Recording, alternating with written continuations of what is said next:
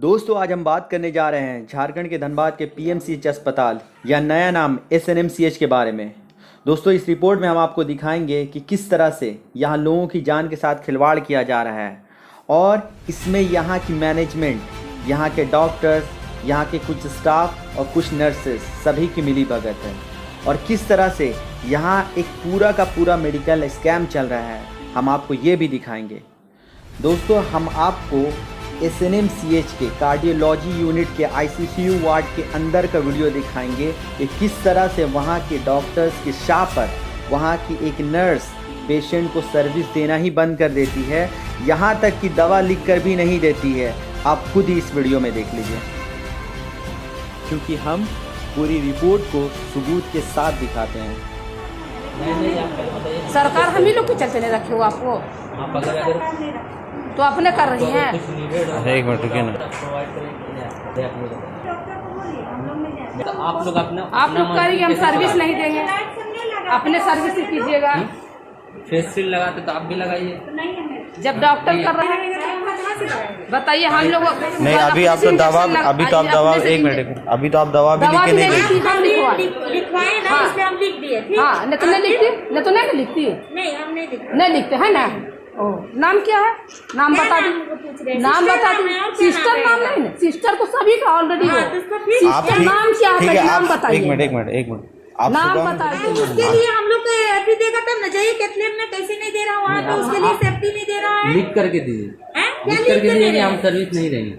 क्या सर्विस नहीं देंगे? आप तो एक मिनट को सर्विस नहीं, आप बेड नंबर 6 को देखता हूँ, उसी को ना बुझाता है। आप एक मिनट सब मिल के देखिए, आप बेड नंबर 6 को आप तो दवा भी लिख के नहीं दे रही ना। आप सर्विस देना दूर की बात, आप तो दवा भी लिख के नहीं दे रही। दिए ना लिख के, वो तो बोलने पर ना, तब ना आदमी को तो मालूम भी नहीं, आदमी तो आपके ऊपर ना डिपेंड है। आप लिख के दे रही ना,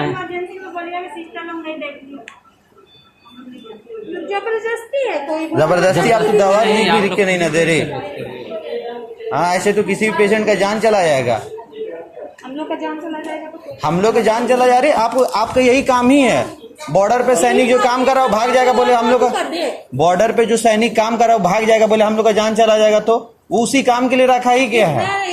उसी काम के लिए रखा गया है, लेकिन हम अपना अथी करेंगे ना भाई, उसके लिए। अरे तो आप दवा लिख के भी दीजिएगा ना, कम से कम सेफ्टी चाहिए ना। अरे तो आप दवा दीजिएगा ना कि हाँ सेफ्टी चाहिए ना हमको। आप दवा लिख के तो दीजिएगा ना। वो बिना बंदूक का जाता है। आप दवा लिख के दीजिएगा कि नहीं? अरे रुकिए ना, पहले 6 नंबर वार्ड अगर बोलने में भी सेफ्टी चाहिए। 6 नंबर वार्ड आइए, दवा ले लीजिए, लिखवा लीजिए दवा। इतना बोलने में भी सेफ्टी चाहिए। 6 नंबर बेड को आप बुला के आप दवा तो लिख के दे सकती है ना। 6 नंबर बेड को तो इतना बोल सकती है?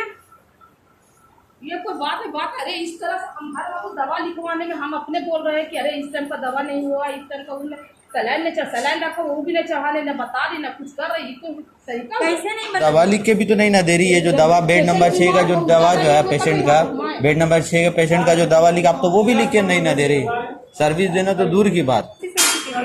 तो क्या आपका कहने क्या मतलब कि आप दवा भी लिख के नहीं दीजिएगा? तो दवा कैसे लिख के नहीं देंगे बताइए? आप एक मिनट रुको ना, उससे पहले नहीं देते थे दवा लिख के। अभी आपने दिया था दवा लिख करके? उससे पहले नहीं देते, मैं आपसे पूछ रहा अभी आपने दवा लिख के दिया था? अभी आपने दवा लिख के दिया था? अभी पॉजिटिव आने से पहले नहीं दवा लिख के आपने दिया था। आप सर्विस की बात नहीं कर रहा, दवा लिख के आपने दिया था। अभी क्यों देंगे हम? हाँ, दवा लिख अभी आप नहीं दीजिएगा, ये देने का नहीं है। अभी दवा लिख के देने का आपका रिस्पॉन्सिबिलिटी है। आप ये बोलिए, आपका रिस्पॉन्सिबिलिटी है कि नहीं? भाग कर, लेकिन दवा तो लिख के देख सकते हैं एटलीस्ट कि हाँ ये दवा मंगवा लीजिए। आप ऐसा कीजिए, ठीक है, हम दोनों के हित में बोल रहे हैं, हम अपने तरफ से नहीं बोल रहे हैं। नीचे में ओझा सब बैठे हुए हैं, एचओडी, आप उनसे बोलिए, ठीक है, कि मेरा पेशेंट को दवा नहीं पड़ रहा सर, ठीक है, क्योंकि मेरा पेशेंट पॉजिटिव है, कैंसर पड़ रहा है बड़ा में। 20 तारीख को रात में डॉक्टर्स ने और नर्सेज ने अचानक से सर्विस देने के लिए बंद कर दिया। उन्होंने बोला कि नहीं हम सर्विस नहीं देंगे। तो मैं बोला ठीक है, आप सर्विस नहीं दे सकती तो एटलीस्ट आप दवाइयाँ तो लिख करके दे ही सकते। तो बोले नहीं हम दवाइयाँ भी नहीं देंगे क्योंकि इनका कोविड पॉजिटिव आया। मैं बोला ठीक है, कोविड पॉजिटिव आया तो आप दवाइयाँ तो लिख कर दे ही सकती है ना। तो बोले नहीं दवाइयाँ हम नहीं देंगे, हमें सर ने मना की है। तो मैं पूछा कौन से सर है? तो बोलते डॉक्टर इनके दुबे सर है, उन्होंने मना किया है।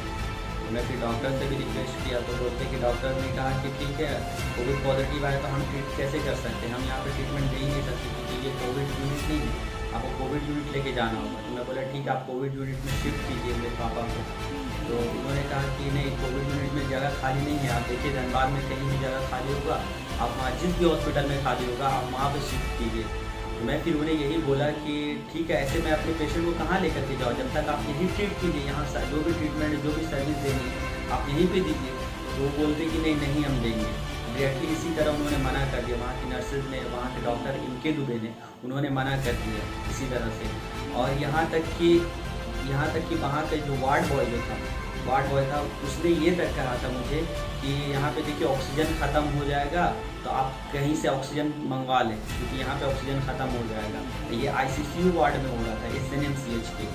तो फिर बाद में मुझे भी बहुत ज़्यादा डर आ गया, बोला कि नहीं आप भी मंगा लो। तो मैंने भी बहुत कोशिश की किसी तरह मंगाने की।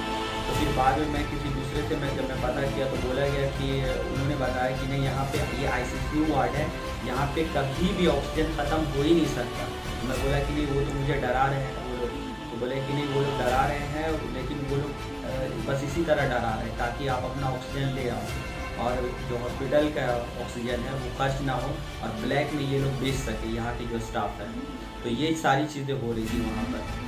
इवन जब मैं अपने पापा को एडमिट करने लेकर गया तो उस वक्त भी मेरे पापा को एडमिट करने के लिए बोले कि यहाँ बेड खाली ही नहीं, हम एडमिट नहीं करेंगे। जबकि मेरे पापा की हालत बहुत ही ज़्यादा ख़राब थी, उनकी ऑक्सीजन लेवल जो था उनका वो 70 से नीचे आ गया था। उस दौरान भी मेरे पापा को एडमिट नहीं ले रहे थे वो लोग। और वहाँ के डॉक्टर MK दुबे जो है उन्होंने क्या किया, जब मेरे पापा नॉर्मल कंडीशन में थे, जिस वक्त उनकी हालत ऑक्सीजन लगने के बाद जब वो हालत नॉर्मल थी, उस दौरान उन्होंने क्या कहा कि बोले कि आप मुझे एक वाइट पेपर पे लिख करके दे कि किस तरह से आपकी पेशेंट की हालत जो क्या है आप उस बारे में लिख करके दे। तो मैं बोले क्या लिख करके दी? उन्होंने कहा आप लिख करके दीजिए वाइट पेपर में कि आपके पेशेंट की हालत बहुत ही ज़्यादा सीरियस है, जबकि मेरे पापा की हालत नॉर्मल। तो मैं बोला डॉक्टर से कि ये कहाँ का प्रोटोकॉल है जो आप मुझे बता रहे हैं, ऐसा तो किसी भी हॉस्पिटल में नहीं होता।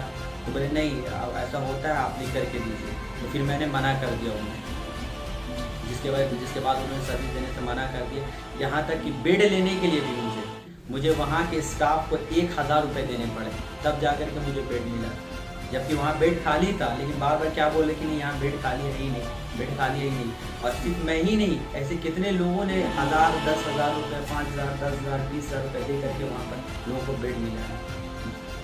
यहाँ तक कि मेरे पापा को इंजेक्शन भी जो देना था, इंसुलिन का इंजेक्शन जो कि पेट में पड़ता है, तो वो मेरे भाई ने मेरे पापा को लगाया। वहाँ की नर्स ने मना कर दिया।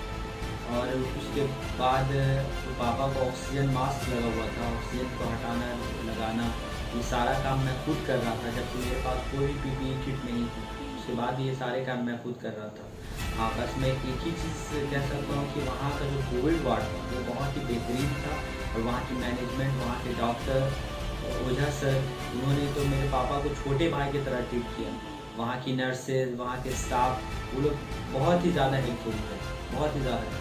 मैं उनका कितना शुक्रिया अदा करूँ करना, बहुत ही बेहतरीन सर्विस मिली मेरे पापा को।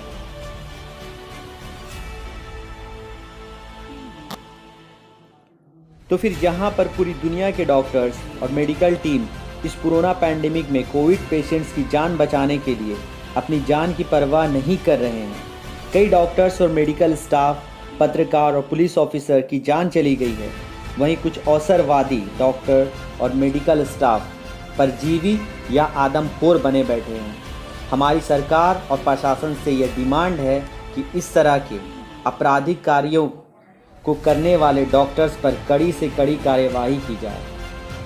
दोस्तों, अगर आपको ये हमारी छोटी सी रिपोर्ट अच्छी लगे तो प्लीज़ हमारे चैनल को सब्सक्राइब करें और बेल आइकन को दबा दें और इसे दूसरों के साथ शेयर करें। और अगर आप हमारा वीडियो फेसबुक पर देख रहे हैं तो प्लीज़ हमारे पेज को लाइक